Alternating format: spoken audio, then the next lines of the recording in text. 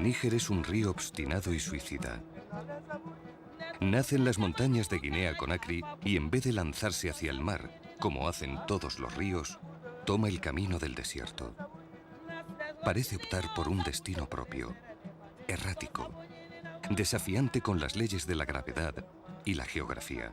Durante más de 1000 kilómetros, sus aguas parecen discurrir en dirección a una muerte segura. Pero entonces, a la altura de Tombuctú y sin previo aviso, el río fuerza un giro y crea una curva que evita el desierto para dirigirse hacia el mar. El Níger ha claudicado ante la lógica de los hombres, como si su resistencia no hubiese sido más que una concesión a los caprichos del cartógrafo.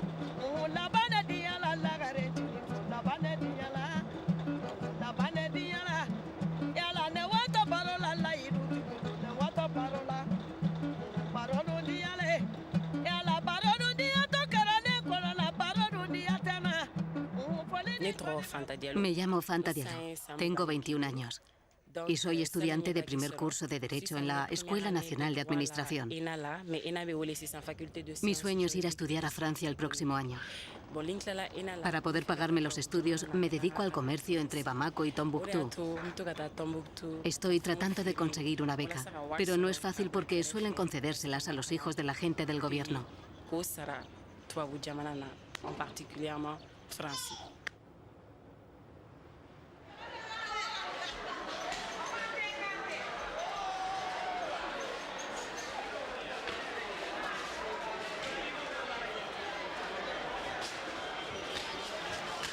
Fanta Diallo lleva 2 años trabajando con el fin de lograr el dinero que le permita cubrir los gastos mínimos para su viaje a Francia.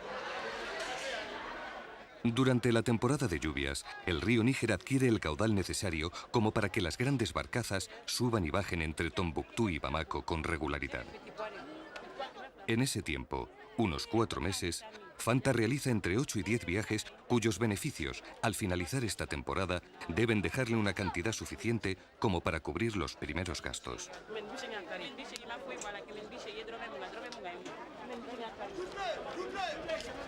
Fanta ha probado otro tipo de trabajos, pero ninguno le reporta tantas ganancias como el del comercio por el río. Trabajó como camarera y ganaba 12.000 pesetas al mes. También sirvió en la casa de un diplomático extranjero, donde el sueldo no llegaba a las 10.000 pesetas. El comercio requiere inversión, pero ella cuenta con el apoyo de su padre, que la ha apoyado desde el principio.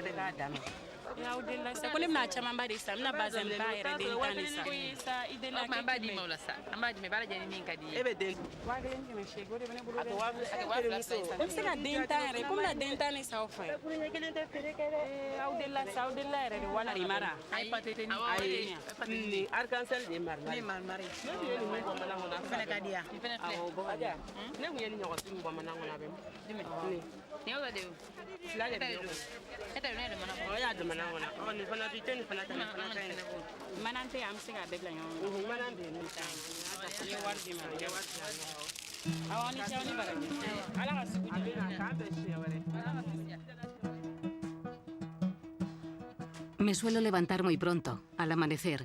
Lo primero que hago son las camas y luego me encargo del desayuno de mi padre y del de mis hermanos pequeños. Cuando tengo clase me voy a la universidad, pero ahora me dedico a preparar mis viajes por el río.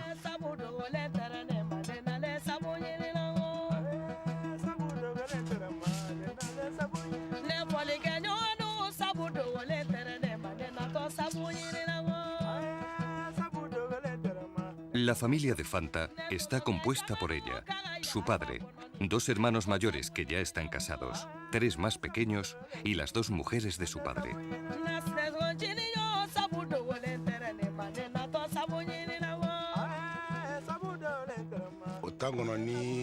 Desde pequeña, Fanta ha demostrado ser una niña muy inteligente y siempre ha sabido lo que quería.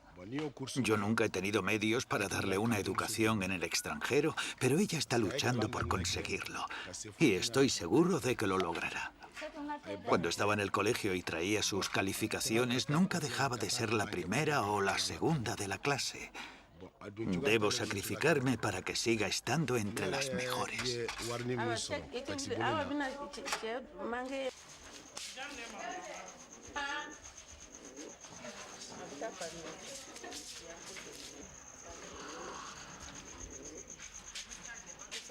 El trabajo de Cheikh Diallo también comienza muy temprano. El europeo para el que trabaja se dedica a la exportación de artesanías y otros productos locales que luego vende en tiendas de comercio justo. Él no solo le hace de chofer, sino que además es su contacto con los proveedores cuando éste viaja a Europa. El caso de Cheikh Diallo es un caso raro en África. Normalmente un padre elige a su hijo varón para darle sus apoyos y para hacer esfuerzos por él. El que Cheikh haya elegido a Fanta para hacer la depositaria de sus pocos ahorros y que se busque la vida. Hay también africanos que entienden las claves del mundo moderno y apuestan por el desarrollo de la mujer en tanto que persona. Eso nos quita esa África del horror, guerras, penalidades, sufrimientos, hambres, plagas.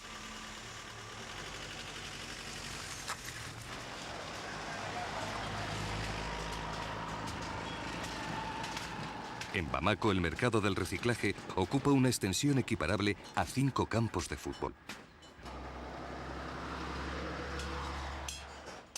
Mientras al resto de los mercados, Fanta acude sola, a este prefiere ir acompañada de su padre.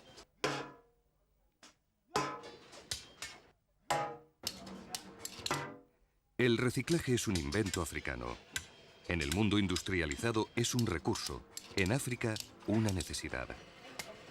En África, un objeto jamás muere, se transforma, se reencarna en otros objetos y sigue siendo cosas a perpetuidad.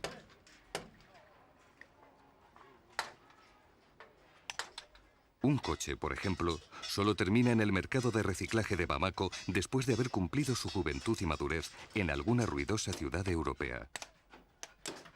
Solo cuando parece que es incapaz de recorrer 1 kilómetro más, el vehículo es trasladado a África, donde se descubre, como por arte de magia, que aquella cascarria aún puede ofrecer 20 años más de vida útil. Una vez expirado definitivamente, el cadáver se traslada al mercado donde se le somete a un minucioso trabajo de disección. Cada grupo de herreros, en función de su estatus, se encarga de una fase de la reconversión. Hay gremios dentro del mismo gremio de los hombres aferrados al metal. Los que tienen contacto con el fuego son de mayor categoría que aquellos cuyo único cometido es golpear las planchas de metal.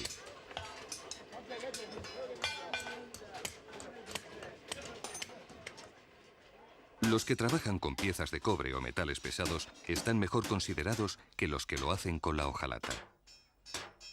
Y poco a poco, sin apenas transición, el coche se convierte en carretilla.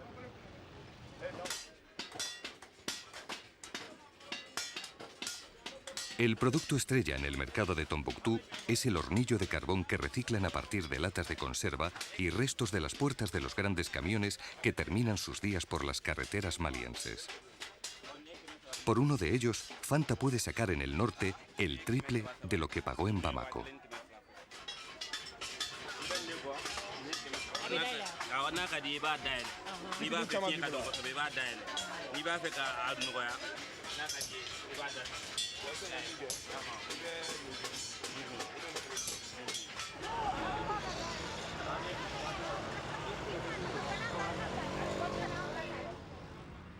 Fanta ha dedicado los últimos 2 años a contactar con universidades y estudiantes europeos y americanos con el fin de encontrar alguna opción asequible a sus posibilidades económicas. La aparición de Internet en Mali le ha permitido realizar esas gestiones con suma facilidad. Fanta se ha convertido en una ágil internauta con amigos y contactos repartidos por todo el planeta. Uno de los principales problemas de Fanta y de aquellos africanos sin recursos que pretenden formarse en el extranjero es la obtención del visado. Ni tan siquiera un brillante expediente académico garantiza su tramitación o el acceso a unas becas que suelen caer en manos de los hijos de altos funcionarios del Estado.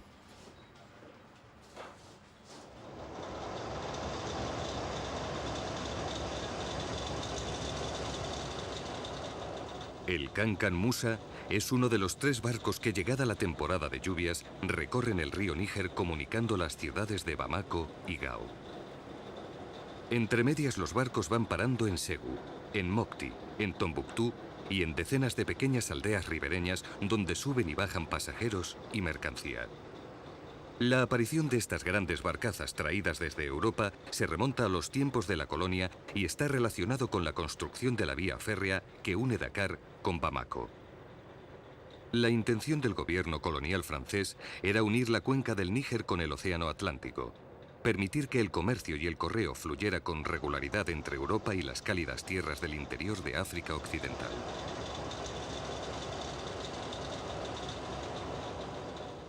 Con la llegada de la independencia, tanto el tren como los barcos siguieron funcionando y aún lo hacen. Pero ahora se arrastran, sobreviven de un modo cansino, decadente, como presa de una enfermedad del sueño que parece instalada para siempre en el corazón apacible de África. En el río, el tiempo es una ilusión de la mente. En el río Níger el tiempo no fluye, ni se transforma, no corre. No pasa, no se acomoda para engañar al mañana, no se divide en instantes, ni se pierde, ni se esquiva. En el río Níger, el tiempo simplemente no existe. El Níger es el hogar de los genios del agua, unos seres invisibles que tienen poder sobre cuanto ocurre en el río. Ellos viajan por las aguas sin respetar jurisdicción, guardianes de la ausencia del tiempo, castigando y protegiendo a quienes se acercan al río.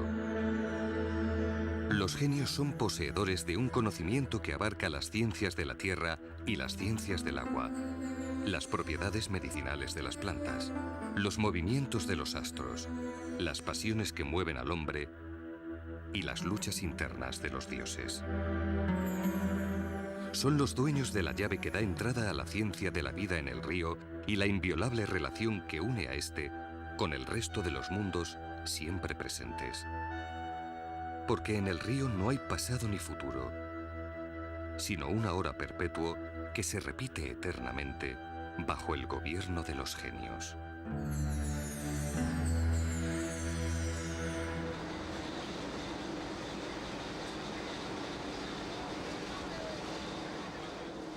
El Kankan Musa es el mejor conservado de los 3 grandes barcos que aún cubren el trayecto entre Gao y Bamako. Está dividido en 4 clases.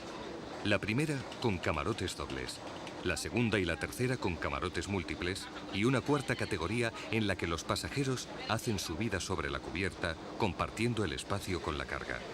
En esta cuarta categoría es donde viajan la mayoría de las mujeres comerciantes que recorren el río. Es una escena habitual que se ha repetido en el Níger desde que existe la memoria histórica. Ellas se han ocupado de manejar el pequeño comercio en el río, comprando aquí y vendiendo allá en un carrusel viajero, arriba y abajo, que las ha hecho independientes, cargando con hijos y mercancías, sobreviviendo con la casa a cuestas en un nomadeo sin fin. 2/3 partes de los pasajeros del barco son mujeres, y de ellas, más de la mitad viajan en cuarta. Algunas viajan por razones personales. Otras viven en el barco cocinando o al cargo del mantenimiento de las cubiertas. Y el resto, como estas amigas de Fanta, se dedican al comercio por el río. Asitan Koulibaly tiene 22 años. Camara Traoré 36 y viaja constantemente entre Bamako y Tombuctú desde hace 20 años.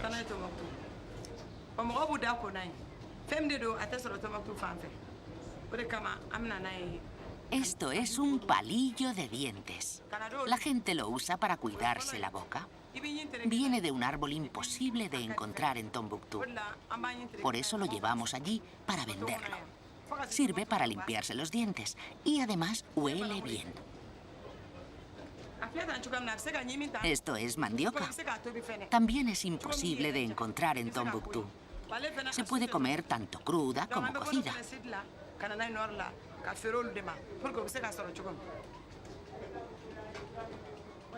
Esto es pepino.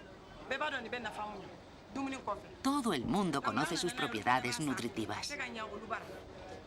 Tampoco existe allí.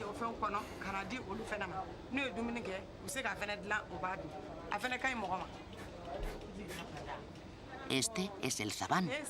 Gusta a los niños tanto como a los adultos y tiene las mismas propiedades que el limón. Se usa en las papillas para darle acidez como si fuera limón. Aquí tenéis cacahuetes. Les encantan a las gentes de Tombuctú. Se pueden tomar con el té, crudos o cocidos. De ellos también sacamos una pasta excelente para preparar salsas. Al plátano le llamamos tiga dege. Es una fruta imposible de encontrar en Tombuctú.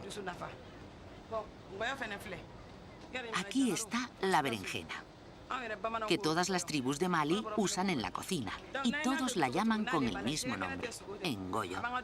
A nosotros nos gusta el picante, y siempre se ha dicho que el engollo es el antídoto del picante.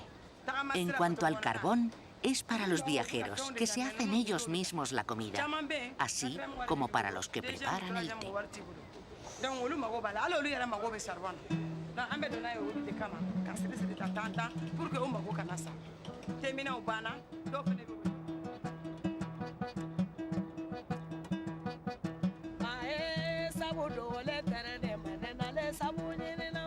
Segú es la primera gran ciudad en la que para el Kankan Musa en su camino a Tombuctú. Desde Bamako hasta Tombuctú, el barco tarda una semana, siempre que no encalle en la arena o una avería en los motores le obligue a detenerse durante horas e incluso días. Kankan Musa es el nombre del barco y del más conocido de los reyes Bambara que consiguieron crear un imperio negro a orillas del Níger. Segú fue su capital. Los Bambara, hoy todavía el grupo que detenta el poder en Mali, siempre han sido agricultores que han vivido alrededor del río. De él se nutren sus estómagos y sus mitos. Y de él, de la ciudad de Segú, partió el Kankan Musa en el siglo XIV para protagonizar la más famosa peregrinación a la Meca de la época. Durante siglos, este viaje ha sido objeto de relatos legendarios. Cuentan que el rey salió de la ciudad con una caravana de millares de cortesanos y tal cantidad de oro que a su paso por el Cairo dejó tambaleándose durante años la cotización del metal. Con la llegada de los franceses, Segú se convirtió en el centro burocrático de la colonia. En la actualidad ha perdido vigencia y se ha sumido en un placentero sopor que despierta a las horas del mercado.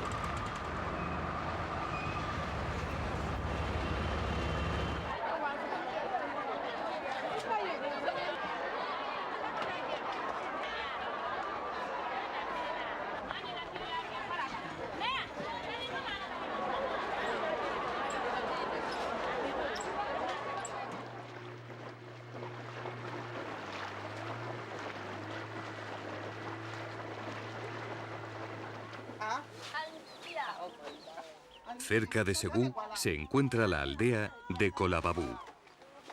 En este pueblo, desde tiempo inmemorial, las mujeres se han dedicado a la elaboración y venta de cerámica. No disponen de cooperativa ni de ayudas especiales. Ellas mismas son una cooperativa con sus propias reglas y una forma solidaria en el reparto de obligaciones y derechos. Representan además la visión más tradicional de la sociedad bambara.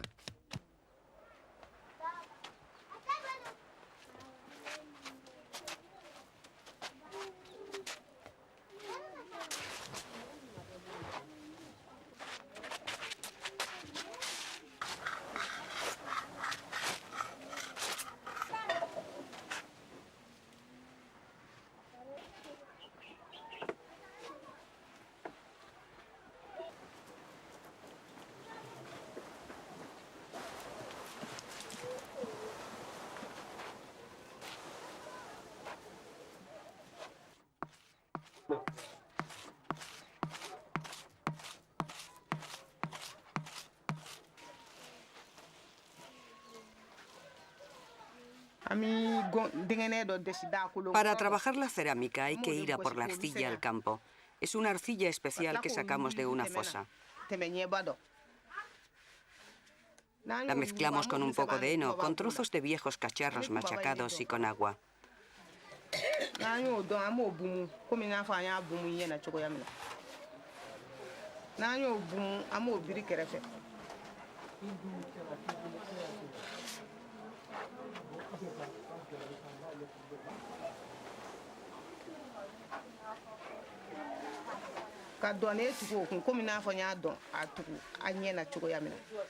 Cuando la pasta obtenida tiene buena consistencia, entonces empezamos a fabricar los cuencos.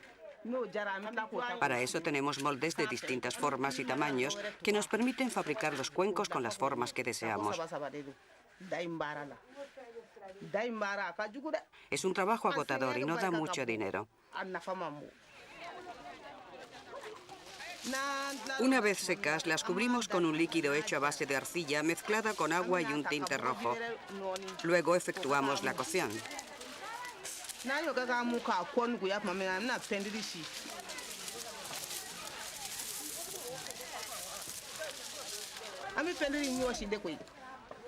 Previamente habremos ido a por leña.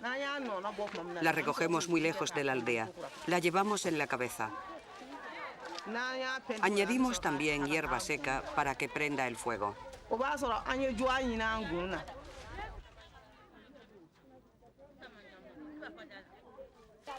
El trabajo de la alfarería es exclusivo de las mujeres pertenecientes a la casta de los herreros.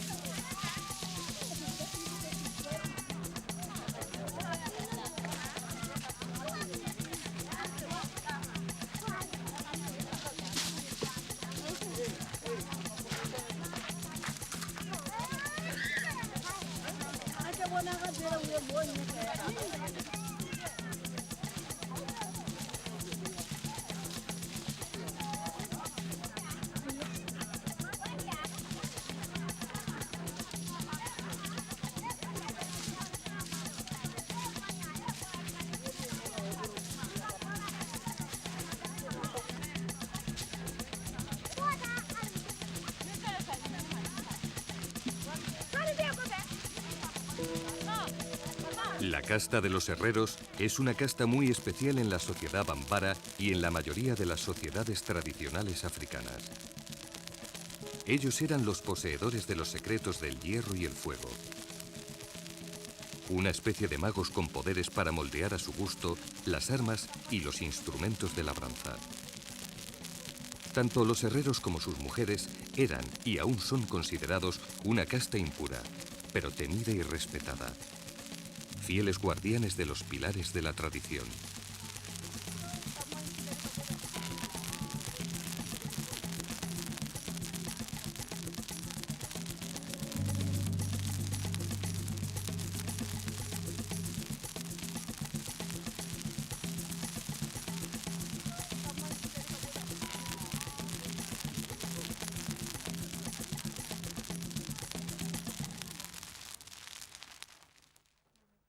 La poligamia no es un problema aquí, porque si se tiene en cuenta la amplitud del trabajo que tenemos, ninguna mujer podría asumirlo sola. Así que debemos ser varias para compartir el hogar de un hombre. No tenemos ninguna dificultad de coexistencia con las otras esposas. Nos ayudamos mutuamente.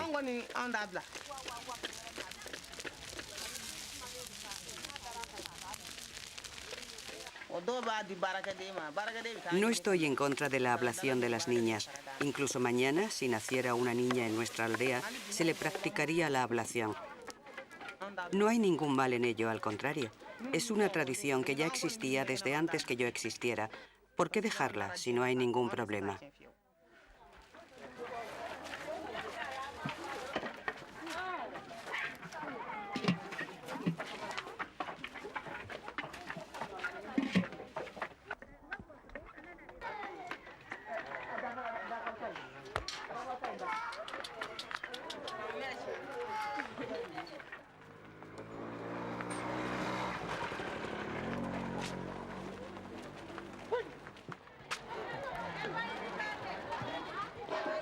Cada lunes, Aminata y sus compañeras acuden al mercado de Sebú para vender la cerámica que han producido durante la semana.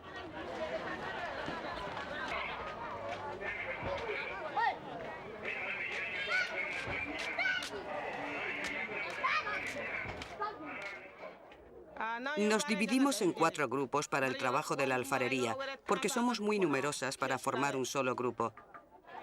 El dinero que sacamos de la venta de cuencos nos sirve para resolver problemas personales.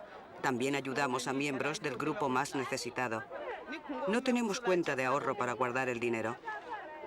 Cada una tiene sus ingresos que gestiona con su marido. Cuando hay una ceremonia familiar usamos este dinero. Esta es la única actividad que tenemos. Hay épocas en que es lucrativa y otras que no.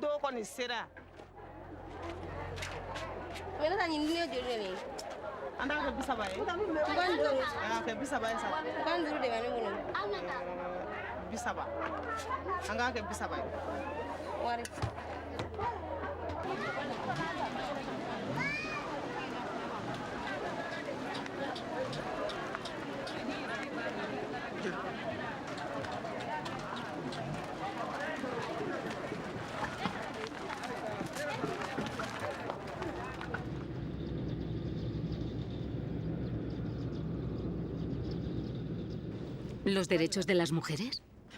Me pregunto si las mujeres en Mali tienen derechos. Bien, es verdad que Mali ha firmado las convenciones internacionales a favor de la igualdad entre hombres y mujeres, pero honestamente la situación es muy otra. En Mali, el derecho está creado a la medida de los hombres. Son los hombres los que detentan todo el poder y las mujeres vamos detrás. Ellos lo monopolizan todo. Ahí es donde estamos realmente.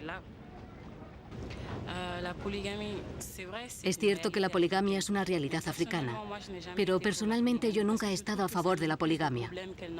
Esta disposición a casarse con varias mujeres, a tener muchos hijos, me parece que no es buena. Sobre todo por los hijos, que son quienes más sufren. Primero por la falta de afecto del padre, porque el padre no puede atender a todos por igual, a pesar de que el Corán dice que debe ser así. Pero yo no creo que un hombre pueda amar a varias mujeres por igual. Solo tenemos un corazón. Y al final siempre termina habiendo preferencia. Y el resto sufre. La poligamia solo acarrea problemas.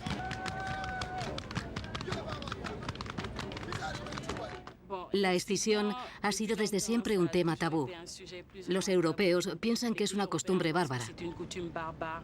Yo no creo que sea bárbara, pero sí creo que es nefasta para la salud de la mujer y la deja inútil para el sexo. Por eso estoy en contra, no porque sea bárbara.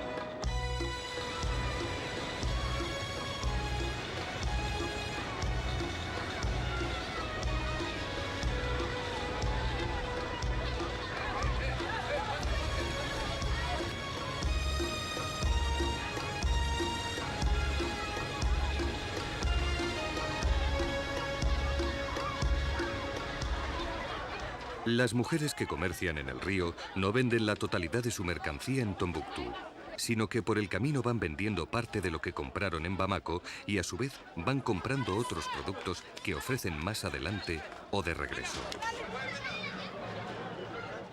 Para ellas, el viaje no es un trámite al encuentro de una Ítaca llamada Tombuctú. El viaje es un fin en sí mismo, una excusa para reinventar el mundo cada día. Ellas no quieren llegar a Tombuctú, ellas quieren ir. Acercarse con lentitud a una ciudad que, ante sus ojos, nunca estuvo cargada de misterios.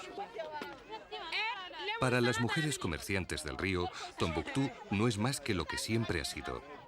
La capital de un norte remoto, la última parada de un camino sembrado con promesas de intercambio.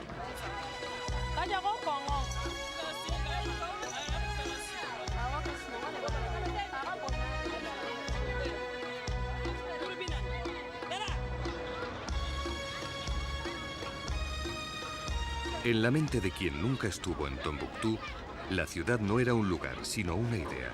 Una palabra mágica que abría el cofre del misterio y el anhelo de aventura. Para los habitantes del río, era solo el punto donde terminaban las caravanas que cruzaban el desierto. El sitio estratégico hasta donde llegaba el oro de las montañas del sur para ser intercambiado por sal. Para el resto, era una ciudad pavimentada de mármol, una villa fastuosa con palacios de oro y marfil. Esa ciudad jamás existió. El oro iba y venía, pero no se quedaba. Partía hacia el norte en caravanas que, un día, también dejaron de acudir a su cita. El Kankan Musa reemprende la marcha. Avanza sabedor de que en Tombuctú solo hay arena, calor y muros decrépitos con aspiraciones de arquitectura fantasma. El Kankan Musa lo sabe, pero navega atraído por el magnetismo de los nombres cuyo espíritu no se desvanece. Anestesiado, eufórico ante la cercanía de un lugar último y fronterizo que trasciende a los caprichos del tiempo y el espacio.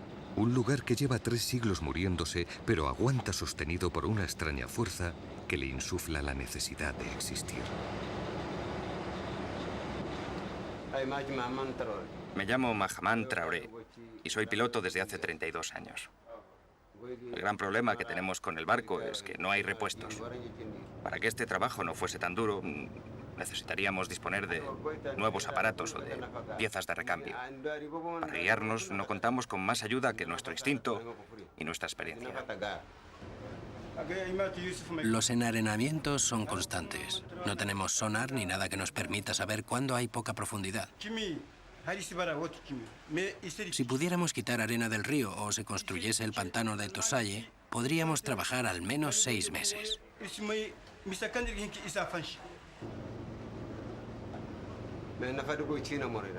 Hace años, las crecidas eran muy fuertes y los barcos podían navegar durante muchos meses. Ahora solo podemos hacerlo durante 3 o 4, de los cuales la mitad lo pasamos navegando en muy malas condiciones. Durante 8 meses nos quedamos sin hacer nada. La solución está en la compra de material nuevo y en el dragado del río. Este río es nuestra vida y la de toda la gente que viaja con nosotros. De él depende que pueda haber un futuro para nuestros hijos.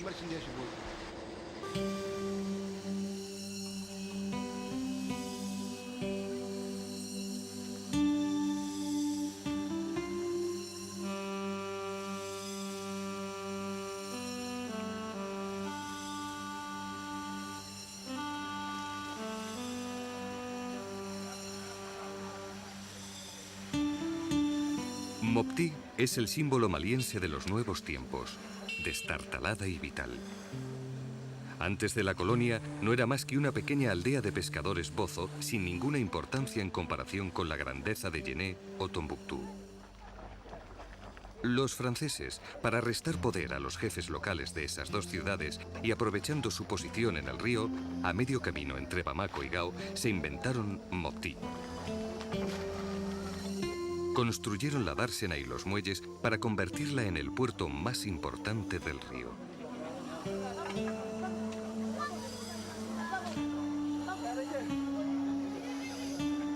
La llegada de la vía férrea a Bamako en 1904 activó el comercio fluvial y grandes compañías europeas se establecieron comerciando con plumas y goma, después con lana, cuero y pieles de cabra. Tras la colonia, aquellos productos dejaron de exportarse. Ahora Mopti es el punto neurálgico del comercio interior del país a lo largo del río. Todo lo que sube o baja, hombres y mercancías, pasa por aquí.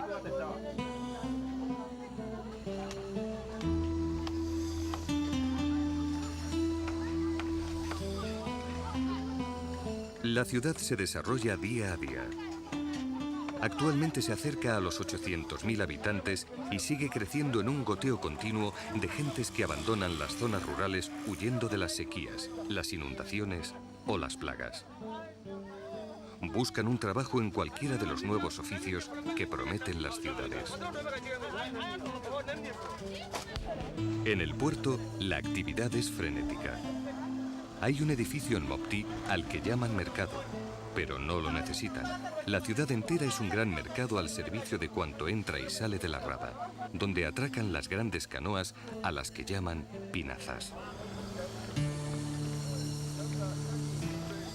Todo el mundo vende algo y siempre hay alguien que lo compra. Pequeñas insignificancias, especias, ganado, esteras vegetales, pescado seco.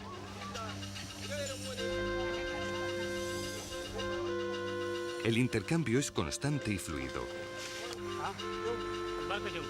Los bloques de sal llegan, como antaño, de los confines del desierto, aunque ya no en camellos, sino en las grandes barcazas que habitan el río.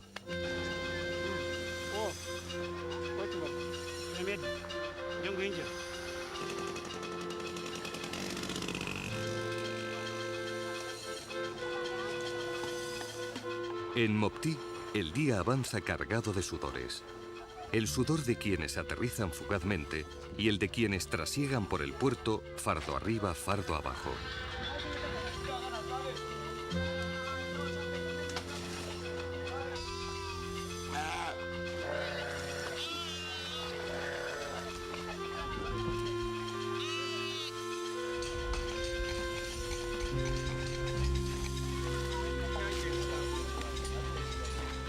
No hay escalas para el sol del Sahel, que hace de la luz un deforme disparate.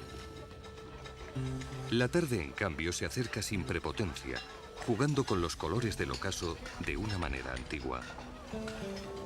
Así debieron ser siempre los atardeceres, como los del río Níger, sin horizontes de cemento negando el instante, con un sol grande y cobrizo que se queda centésimas de segundo, apenas un suspiro, sobre la línea del río.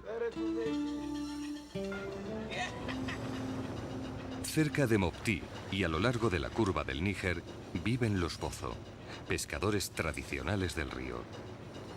Ellos eran los dueños de Mopti, pero el desarrollo les hizo perder el control de la ciudad.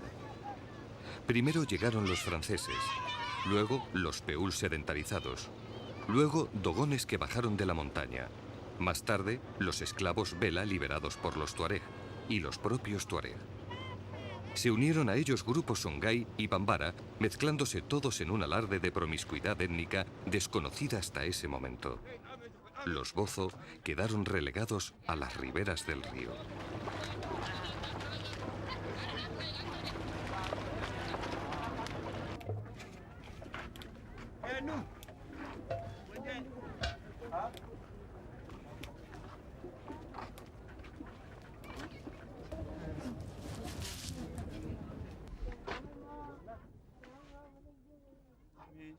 Mi pueblo ha sido víctima de la emigración y de la sequía. Antes pescábamos con redes de malla gorda, pero como los peces grandes escasean, hemos reducido el tamaño de las mallas. Este trabajo ya no da para comer. El material de pesca lo tenemos a crédito y lo vamos devolviendo a un precio muy elevado. Y el precio del pescado no deja de bajar. Yo tengo 2 mujeres. La primera se llama Bama Nabo y tengo 2 hijos con ella. La segunda es Bama Koné y tiene 5 hijos. Mis hijos y mis sobrinos son los que nos ayudan a pescar. Ninguno ha ido al colegio. Yo les enseño aquí el Corán y el árabe. Es todo lo que necesitan.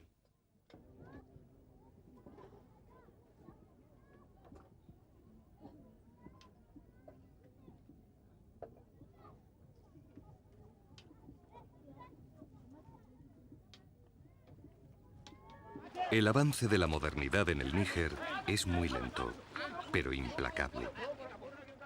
Los Bozo son el anclaje de la tradición al mundo del río, un pueblo sin armas ante la avalancha del progreso.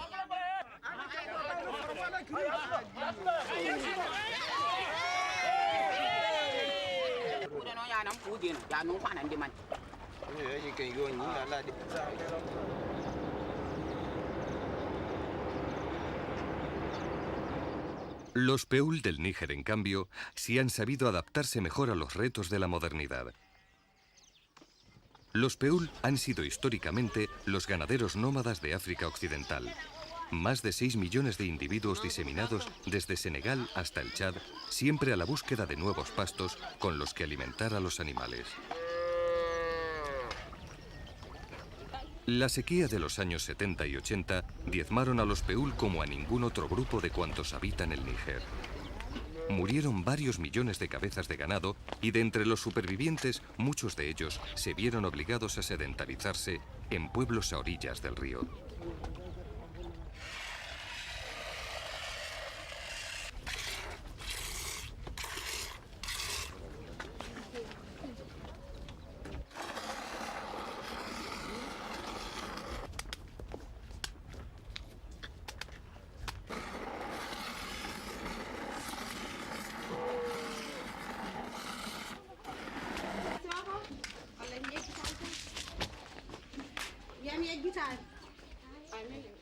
Ya en el siglo XIX, los Peul de la cuenca del Níger sufrieron otra oleada de sedentarizaciones, aunque esta vez provocada por razones religiosas. El llamado Imperio de Masina, liderado por jefes Peul, se impusieron a sangre y fuego sobre las poblaciones locales.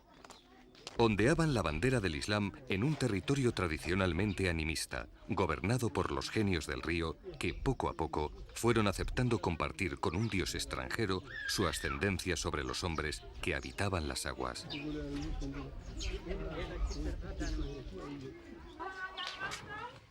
Los Peul se asentaron en poblaciones estables, pero continuaron viviendo de sus reses y del intercambio con los otros grupos con los que comparten el río. Porque el Níger siempre ha sido una auténtica frontera natural, un punto de encuentro inevitable entre pescadores bozo, agricultores bámbara y pastores Peul. En sus orillas, en los mercados que cada día se celebran en cualquiera de las aldeas que lo jalonan, unos y otros se han ido dando cita para intercambiarse productos en una simbiosis de siglos que ni el progreso ha conseguido aún anular.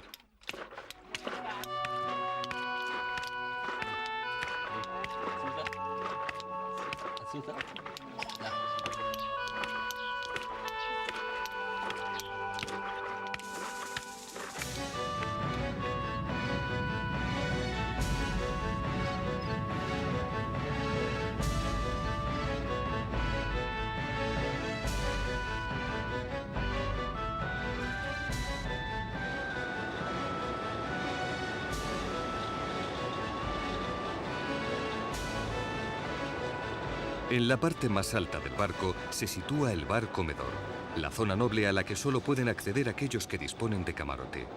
Allí, Fanta se encuentra con 2 estudiantes de medicina que regresan con su familia a Tombuctú tras terminar el curso.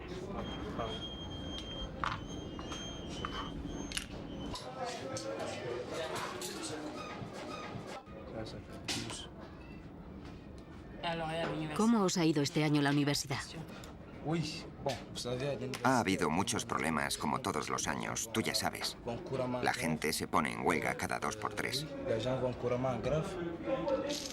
¿Pero por qué? ¿A qué se debe exactamente? Yo creía que los estudiantes de medicina sí fuisteis a clase normalmente. Habéis hecho los exámenes, ¿no? Sí. En la escuela hemos hecho los exámenes. Nuestras reivindicaciones se vieron satisfechas y no tuvimos más remedio que regresar a clase. Los estudiantes nos pusimos en huelga porque las condiciones de trabajo son muy malas. No hay documentación y las becas llegan con muchísimo retraso, si es que llegan.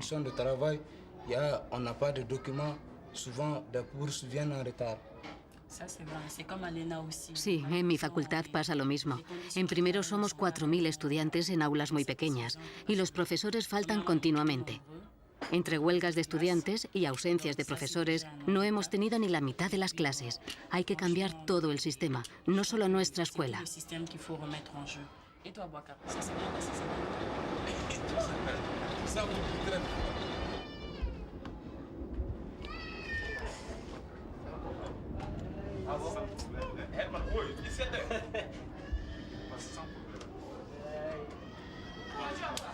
Alassane Aba es diputado electo en la Asamblea Nacional por la ciudad de Gundam. vuelve a su pueblo después de haber participado en una sesión parlamentaria de carácter extraordinario.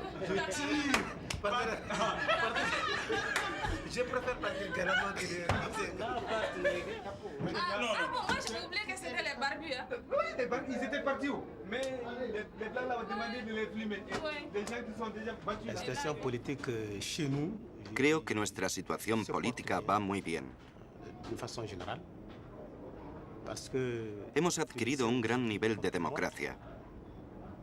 Cualquier observador que conozca la situación del país antes de 1991 y que sepa cómo transcurren hoy día, sabrá que digo la verdad.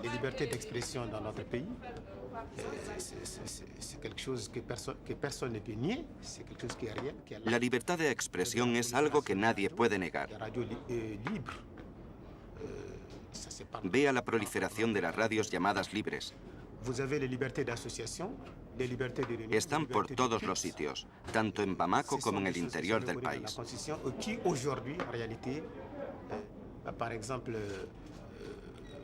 Tenemos el caso de las mujeres, de la representatividad de las mujeres a todos los niveles. Hay mujeres en el gobierno. En cualquier trabajo hoy día hay mujeres. Eso demuestra que las cosas van muy bien. Yo no estoy de acuerdo en dar la espalda a determinadas prácticas, a las tradiciones. Les voy a contar una anécdota. Una mañana vi a una mujer con una cuchilla para excidar a una niña y le dije: ¿no sabe usted que esas prácticas son ya muy arcaicas?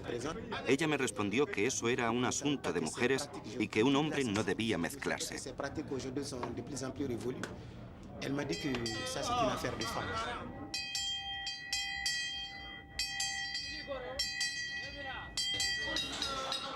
Mahamadou Maiga es teniente coronel de aviación y alto comisario de la región de Tombuctú. Viene de Bamako con su familia, con la que ha estado en la capital disfrutando de unas vacaciones.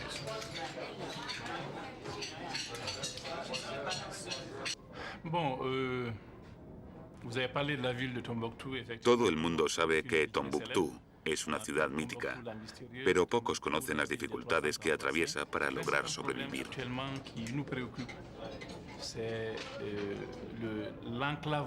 El principal problema es el aislamiento que frena muchas de las acciones del desarrollo y, sobre todo, el problema del agua.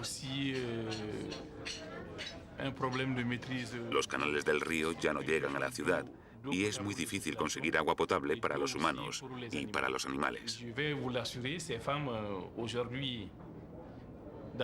Les sorprenderá saber que son las mujeres, las asociaciones de mujeres de Tombuctú, las que están sacando adelante los proyectos de la lucha contra el avance de la arena.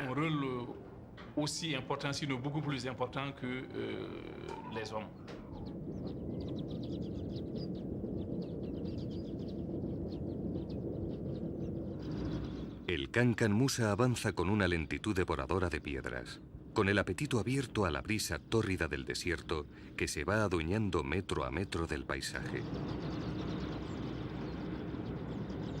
Tombuctú está cerca, y su presencia no es incierta como lo fue para las febriles mentes europeas que, en el siglo XIX, consideraban a la ciudad misteriosa, junto a las fuentes del Nilo, como el último gran secreto africano por desvelar. La Sociedad Africana de París ofreció 10.000 francos al primer europeo que visitase y trajese noticias ciertas de Tombuctú. René Caillet desde el Atlántico y Alexander Gordon Laing saliendo del Mediterráneo iniciaron la carrera casi al mismo tiempo. Laing llegó primero, pero al regresar fue atacado por unos bandidos que le quitaron la vida y la posibilidad de cobrar la recompensa. Caillet, hombre de ascendencia humilde, alcanzó el objetivo 2 años más tarde, el 20 de abril de 1828. Volvió para contarlo, se llevó el dinero e inició con su relato una apología de la decepción que se mantiene hasta nuestros días. Tombuctú es todo lo contrario que una ciudad fastuosa y cubierta de oro, diría Caillet. Y es que el esplendor de Tombuctú, entonces un oasis a orillas del Níger, se había vivido en los siglos XVI y XVII. Oro, sal, tejidos y esclavos se intercambiaban en cantidades impresionantes, aunque según los cronistas de la época no eran estos los productos que alcanzaban mayor valor, sino los libros. Libros traídos de Berbería que eran usados por los imanes y alfaquíes que inundaban la ciudad.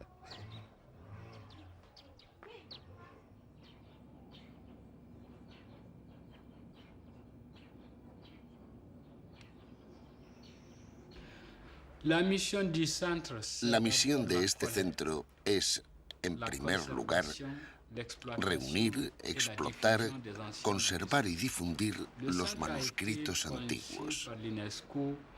En vue de la réécriture de l'histoire africaine à partir des sources écrites.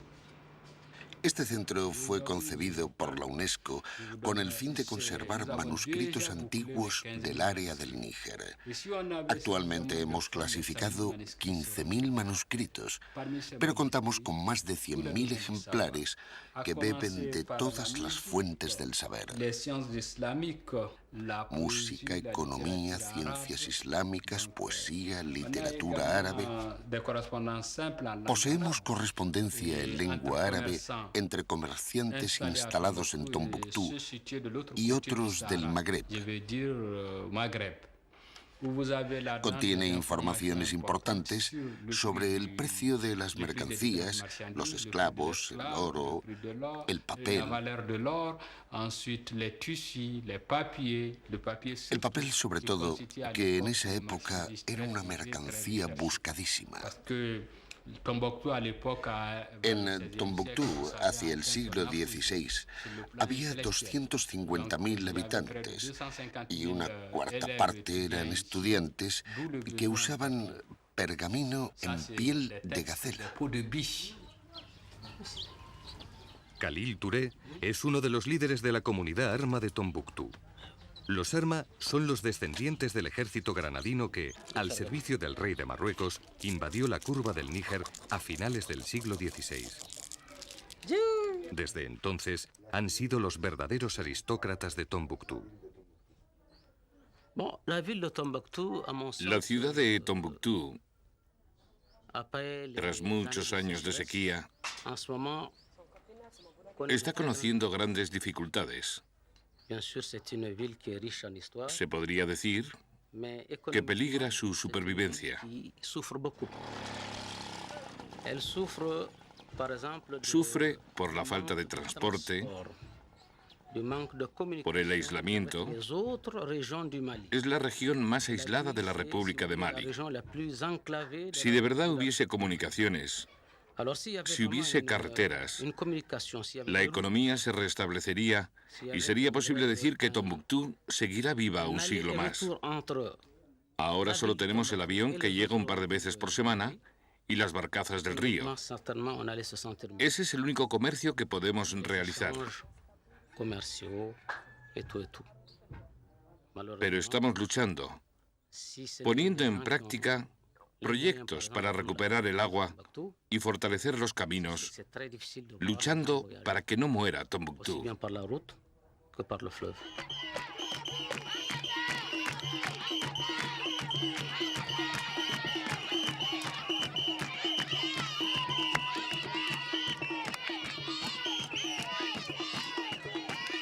Siglos atrás, este mercado austero y descuidado fue el más grande centro de comercio en cientos de kilómetros a la redonda. Hasta el siglo XII, el lugar que hoy ocupa la ciudad no era más que uno de los numerosos pozos que los tuareg tenían diseminados a lo largo y ancho del desierto. En el desierto, los pozos se han ido secando y la arena se apodera de los muros decrépitos como una asesina del misterio. Si alguna vez hubo secretos que guardar, también han sido devorados por la arena. Pero ahí están ellas, eternamente instaladas a la orilla del desastre, fertilizadoras perennes de la esperanza. Solo ellas le otorgan permanencia a un universo a la deriva.